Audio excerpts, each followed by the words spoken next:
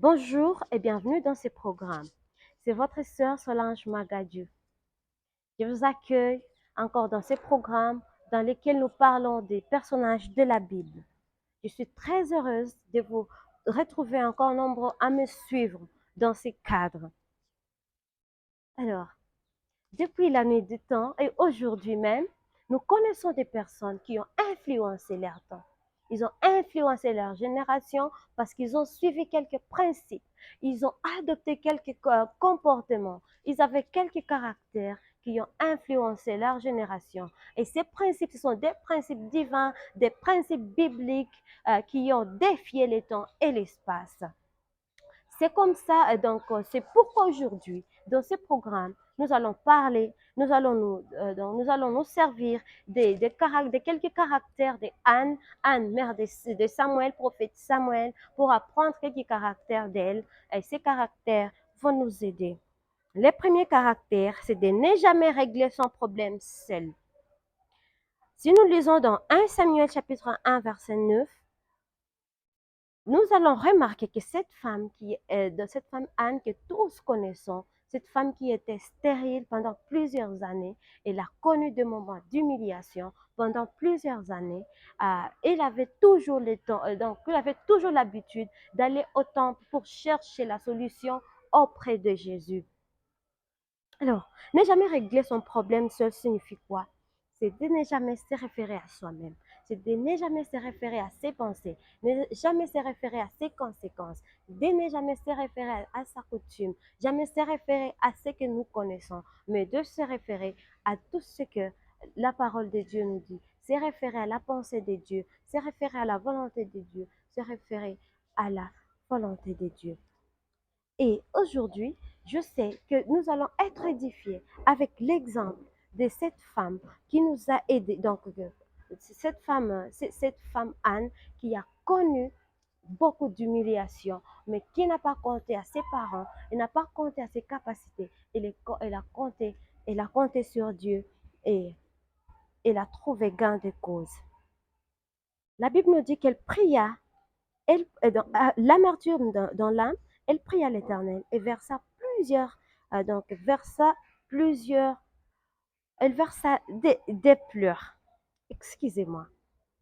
Donc, cette femme s'est référée, donc ne s'est pas référée à soi-même, mais elle a pensé à chercher la face de Dieu. Sarah, par contre, femme d'Abraham, elle était dans la même situation, elle était stérile, mais qu'est-ce qu'elle a fait?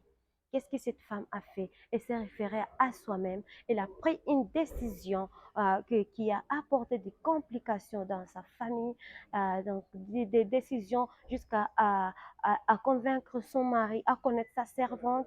Et plus tard, ça tournait contre la famille, ce qui n'était pas une très bonne chose. Donc, mon frère, ma soeur, tu es dans une situation compliquée. Cherche à trouver solution à tes problèmes. Ne cherche pas à trouver seule solution à tes problèmes, mais tu peux aller au pied du Seigneur, pied de l'Éternel, pour que tu puisses avoir ta victoire. Le deuxième caractère de cette femme, c'est de ne jamais se livrer à la colère et à l'agressivité. Si nous lisons dans 1 Samuel chapitre 1, verset 6 à 7, nous allons comprendre que cette femme qui était stérile depuis plusieurs années avait sa rivale. Donc son mari avait une autre épouse, Pénina. Elkanah avait deux femmes, il y avait Anne et Pénina. Mais Pénina avait des enfants, Anne n'avait pas d'enfants.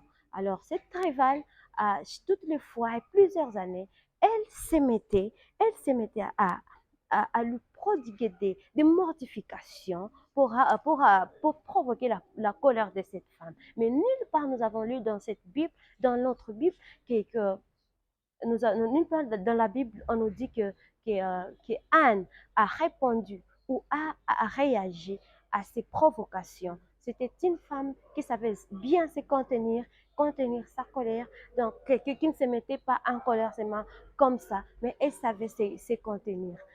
Et, euh, et plus tard même, non, non, dans les mêmes livres de 1 Samuel chapitre 1, chapitre 1 verset 14, il y a le serviteur de Dieu, Élie, parce que quand elle est partie au temple, le serviteur de Dieu lui a aussi demandé, jusqu'à quand seras-tu dans l'ivresse? une question qui pouvait provoquer sa colère. Mais cette femme, si tu lis la Bible, tu vas découvrir qu'elle a répondu d'une manière sage. Donc, elle n'était pas, elle n'était pas facile. Donc, la colère ne pouvait pas influencer cette femme et elle n'arrivait pas à tomber sous les coups de la colère parce qu'elle savait se contenir. Toi aussi, tu peux y arriver, mon frère. Toi aussi, tu peux arriver à vaincre les provocations. Toi aussi, tu peux arriver à vaincre ce genre d'agressivité si tu te sers de cet exemple. Et ces provocations, souvent, nous les avons dans nos familles, même dans nos ministères. Quand, par exemple, dans sa famille, Pénina était là pour la provoquer. Mais elle savait comment se contenir. Toi aussi, tes enfants, tes frères et soeurs, tes amis, ton mari, ta femme, n'importe qui dans ta famille, tes belles soeurs ou quelqu'un d'autre peut être là comme une pierre d'achoppement, toujours pour chercher à provoquer ta colère. Mais si tu apprends quelque chose de Anne aujourd'hui, tu sauras comment, tu sauras comment te contenir et ne pas céder à la colère ou céder à l'agressivité. Même dans nos ministères, parce que les serviteurs de Dieu, Élie, euh, peut-être peut-être qu'elle n'avait pas cette intention de provoquer cette femme, mais quelque part le diable peut passer par même le serviteur de Dieu pour te lancer une parole qui peut donc qui peut t'attrister. Mais je prie que quelqu'un soit fort aujourd'hui, que quelqu'un apprenne à se contenir afin que nous puissions arriver à vaincre la colère et à vaincre l'adversité. Ça sera une très grande bénédiction pour nous. Ça a aidé notre exemple Anne. Ça l'a aidé à surmonter et à avoir plus tard son fils entre ses mains. Les derniers caractères,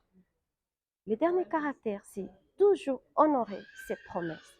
Toujours honorer ses promesses. Dans 1 Samuel chapitre 1, verset 11, nous allons constater que cette femme avait toujours l'habitude, quand elle priait, elle promettait à Dieu, Seigneur, si tu me donnes un fils, si tu me donnes un enfant, lisons, si tu me donnes, si tu donnes à ta servante un fils, je le consacrerai à l'Éternel tous les jours de sa vie.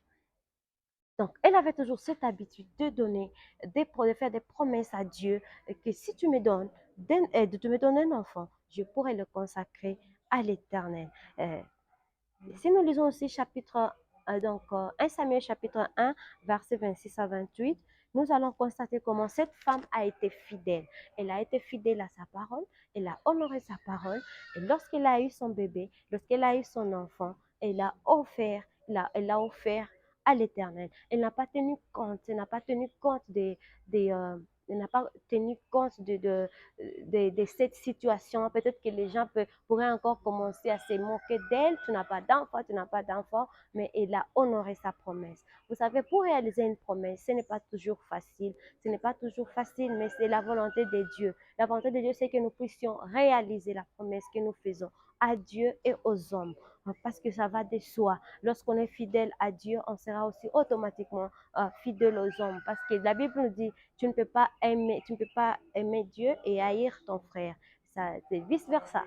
Donc, tu ne peux pas aimer aussi Dieu et tu ne peux pas aussi aimer Dieu et ne pas aimer tes frères et sœurs, les gens qui t'entourent, parce que l'amour de Dieu nous influence. C'est un amour lorsque tu as l'amour de Dieu en toi, tu aimes les gens qui t'entourent.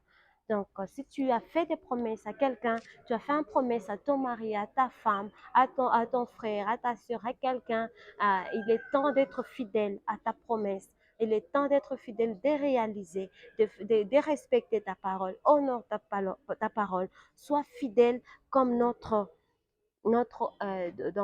exemple Anne a été fidèle, elle a été fidèle à Dieu et voilà, elle a offert Samuel.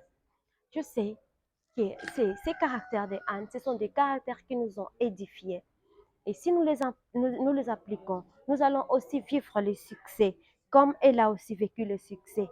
Donc, toutes les fois que nous avons des problèmes, ne cherchons pas à les régler seuls, parce que de nous-mêmes, nous allons nous tromper, de notre intelligence, avec notre fortune, avec notre force, nous allons nous tromper et nous pouvons échouer. Ne jamais se livrer à la colère. Et enfin, restons fidèles. Je sais que quelqu'un a été édifié. Et si tu as été édifié par cette vidéo et que tu es dans la même situation, je te prie d'échanger ton comportement, de revoir ton comportement. Commence aujourd'hui à chercher secours auprès de l'Éternel.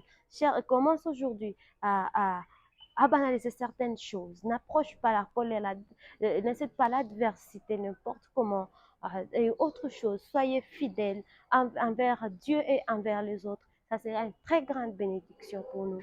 Et que Dieu vous bénisse ensemble. Alors, si tu as aimé cette vidéo, c'est partagé. Je veux que tu puisses partager avec ton frère, avec ta soeur. Et si tu n'es pas encore abonné, abonne-toi à notre chaîne parce que prochainement, mercredi, encore, je vous donne rendez-vous. Ça sera une très grande bénédiction pour nous tous dans ces programmes. Que Dieu vous bénisse. Bye bye.